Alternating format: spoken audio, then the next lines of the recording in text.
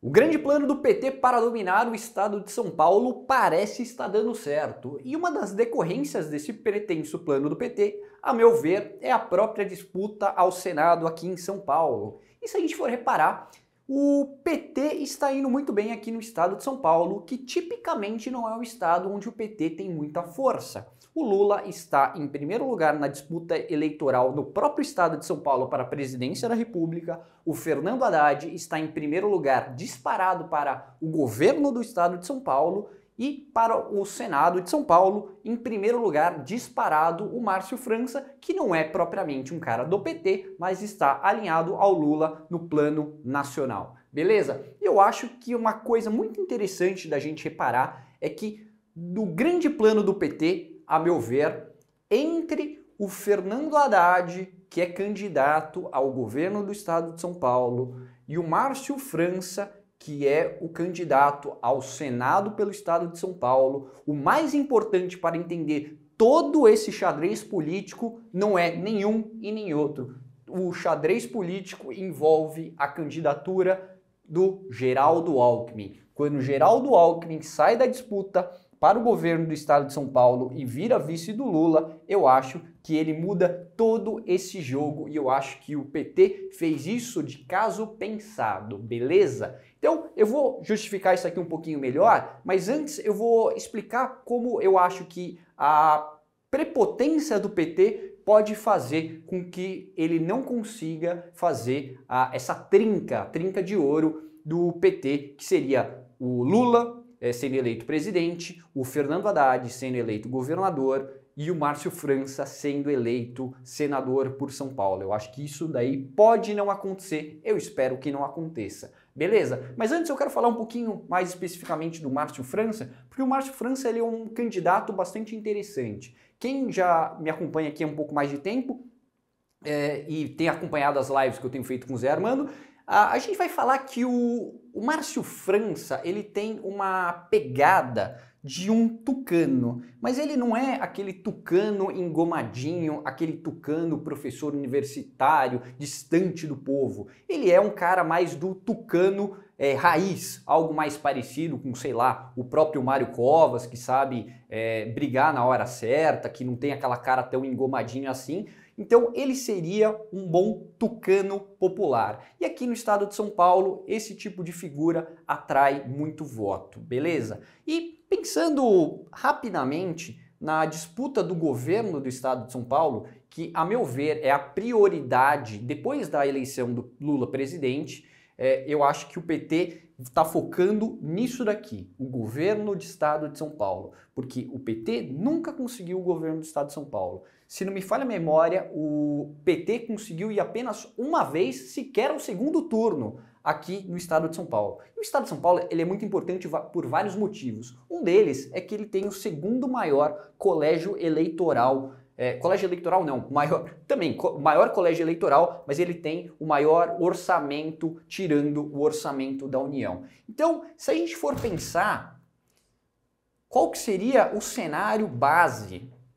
Seria o cenário, se o Alckmin não fosse vice, poderia ter o Alckmin como candidato, poderia ter o França como candidato, poderia ter o Haddad como candidato, poderia ter o candidato do bolsonarismo e também o Garcia. Esse cenário aqui seria muito, muito, muito ruim para o PT. E o que o PT conseguiu fazer para resolver todo esse xadrez político foi simplesmente puxar uma dessas peças. Na hora que ele puxou uma dessas peças, ele embaralhou tudo isso daí de tal forma que agora o Haddad é favorito, pelo menos por enquanto, para ganhar o governo do estado de São Paulo. Eu não vejo muito potencial assim no Haddad, por isso que eu digo que talvez seja uma arrogância do PT ter feito isso e ter talvez perdido talvez faça com que o PT perca a eleição, beleza? Mas voltando mais uma vez aqui ao Márcio França, o Márcio França ele é um candidato que ele é um jeito meio tucano popular e ele tem receptividade muito boa em áreas tipicamente bolsonaristas, como por exemplo forças policiais. Por exemplo, ele teve apoio não só de algumas lideranças de das forças policiais aqui no estado de São Paulo, que tipicamente não gostam do PSDB de jeito nenhum, mas simpatizam muito mais com o Márcio França, como por exemplo o ex-senador Major Olímpio, que declarou apoio ao Márcio França, apesar de estar na chapa do PSL junto com Bolsonaro. E o Márcio França, como um cara bastante hábil, foi vice do Geraldo Alckmin e chegou até ser governador do estado quando o Alckmin saiu do governo do estado. O França sabe jogar muito bem com algumas palavras, com algumas sensações que o eleitorado tem, e ele vai falar coisas como, por exemplo, a vacina chinesa. Vocês lembram desse fato? O Márcio França, ele tem uma receptividade muito boa em áreas que são tipicamente do bolsonarismo, que não precisa ser o bolsonarismo estridente, o bolsonarismo super, hiper, mega pesado, super, hiper, mega ideológico, mas aquela parte da população que simpatiza com o Bolsonaro pelo fato do Bolsonaro ter um apelo muito mais popular do que outros candidatos, como por exemplo o João Dória. Quando o João Dória fecha o comércio aqui no estado de São Paulo, eu não acho que está errado, mas na percepção popular, o Bolsonaro parece muito mais preocupado com o emprego das pessoas do que alguém super, hiper, mega elitista como o João Dória. Então, o Márcio França toda hora ficava brigando com o João Dória, meio que falando que o João Dória não era um bom governador, que era meio que estava fechando as coisas de um jeito meio autoritário demais, que ele era o cara da vacina chinesa. Então, o Márcio França foi fazendo toda essa pegada aí ao longo desses últimos 2, 3 anos, depois que ele quase ganhou em 2018. Beleza? Então, aqui eu falei um pouquinho da personalidade do Márcio França e eu acho que ele seria um excelente candidato do ponto de vista eleitoral para o governo do estado de São Paulo. Para senador, eu acho que ele é franco favorito, porque aqui você tem o Marcos Pontes, que é o candidato do bolsonarismo, com 12%, que eu acho que não é um cara competitivo.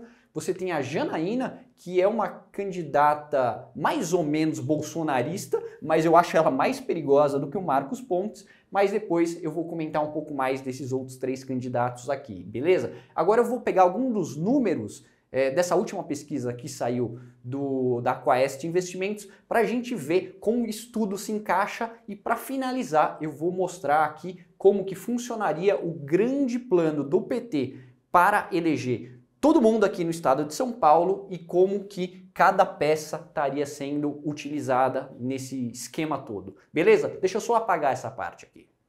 Este quadrinho que eu fiz aqui no quadro branco representa um pouco da força do Márcio França aqui no estado de São Paulo, onde o Márcio França ele tem uma intenção de voto muito boa em vários estratos da sociedade. Entre eleitores do Lula, ele é o primeiro lugar. Para os eleitores do Lula, ele tem 36% da intenção de voto. O Marcos Pontes, entre os eleitores do Lula, tem 6% e a Janaína tem 9%. Eu achei um número bastante alto aqui da Janaína. Achei até um pouco estranho isso. Beleza? Agora, se a gente for ver o pessoal do bolsonarismo, o Márcio França tem 22% de voto.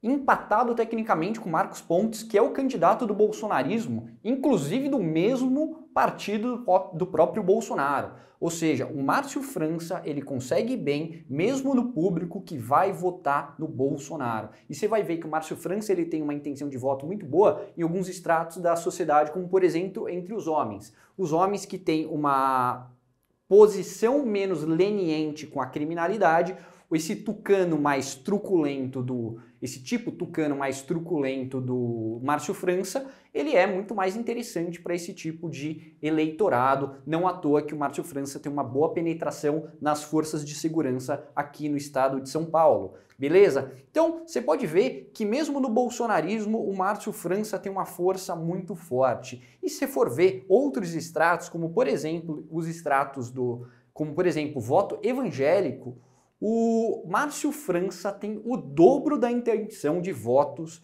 nos evangélicos do que o candidato do bolsonarismo. Então, o grupo dos evangélicos, que é considerado um dos bastiões do bolsonarismo, pelo menos um dos últimos bastiões do bolsonarismo, mesmo nesse público que tem um apoio até que bastante grande ao Bolsonaro, mesmo aqui o Márcio França tem, se não me engano, deixa eu olhar minha colinha aqui, 26% de intenção de voto nesse público contra apenas 13% do candidato do bolsonarismo, que é o Marcos Pontes, que não é um cara tipicamente do bolsonarismo. Perceba que o Marcos Pontes, ele não é o estereótipo do bolsonarismo. Porque vamos pensar, o Marcos Pontes, ele é um astronauta, ele é um cara da ciência. Teoricamente, ele sabe que a Terra é redonda. Então, ele tem alguns componentes que não o definem muito bem como sendo um candidato do bolsonarismo. E eu acho que o Bolsonaro sabe muito bem isso, pelo menos o bolsonarismo sabe muito bem isso, que para ter chance o bolsonarismo aqui no estado de São Paulo precisa ser um candidato muito mais desse tipo do que dos outros tipos aí que a gente vê pelo Brasil, que são mais chucros, né? E menos cosmopolitas, como por exemplo o Marcos Pontes. Detalhezinho, Marcos Pontes que foi candidato há menos de uma década atrás a deputado pelo PSB, partido de esquerda. Tudo bem que não é um grande partido de esquerda, mas também não é um partido da extrema-direita brasileira. Beleza? Então, Márcio França, ele tá indo muito bem em todos os estratos da sociedade e por isso eu acho que o Márcio França seria um candidato muito mais forte para o governo de São Paulo do que para o Senado. Mas, por que talvez tenha sido essa a escolha do PT? O PT não gosta de dividir poder. O PT quer ganhar sem ter que dividir poder. Então, talvez eles estejam abrindo mão da candidatura ao Senado e colocando um auxiliar do petismo com o Márcio França, com a candidatura do Márcio França no Senado, mas eles não querem dividir o governo do estado de São Paulo de jeito nenhum. Algo que eu acho bastante complicado para o PT, porque eu acho que o Márcio França seria um candidato muito mais forte para ganhar o estado de São Paulo e o PT tendo esse tipo de abordagem pode ser que eles não consigam eleger o Haddad como sendo governador do estado e continue aqui o estado de São Paulo nas mãos do PSDB, na figura do Rodrigo Garcia, que está crescendo bastante nas pesquisas, beleza? Agora, voltando a toda a trama que eu vejo o PT fazendo, vamos colocar aqui de novo a grande importância da candidatura do Alckmin como vice-presidente do Lula. Eu comecei a gravar vídeo há aproximadamente um ano atrás, e aí, um pouco menos de um ano atrás, eu estava argumentando que eu não via sentido o Alckmin ser candidato a vice do Lula, porque eu chamava o Alckmin de neném. Ele era um cara que não daria voto ao Lula. Eu acho que as pessoas não votam no Lula por causa do Alckmin. Eu acho que isso não agrega voto.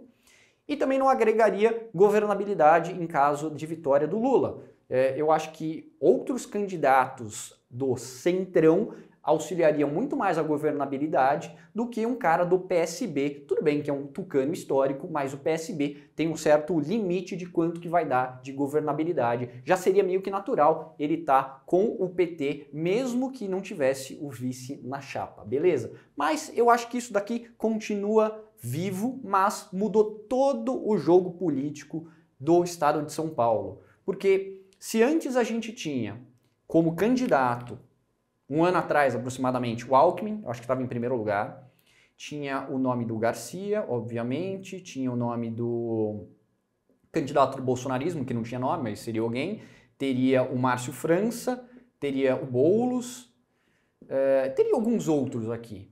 Nessa circunstância, o Haddad seria um candidato muito fraco.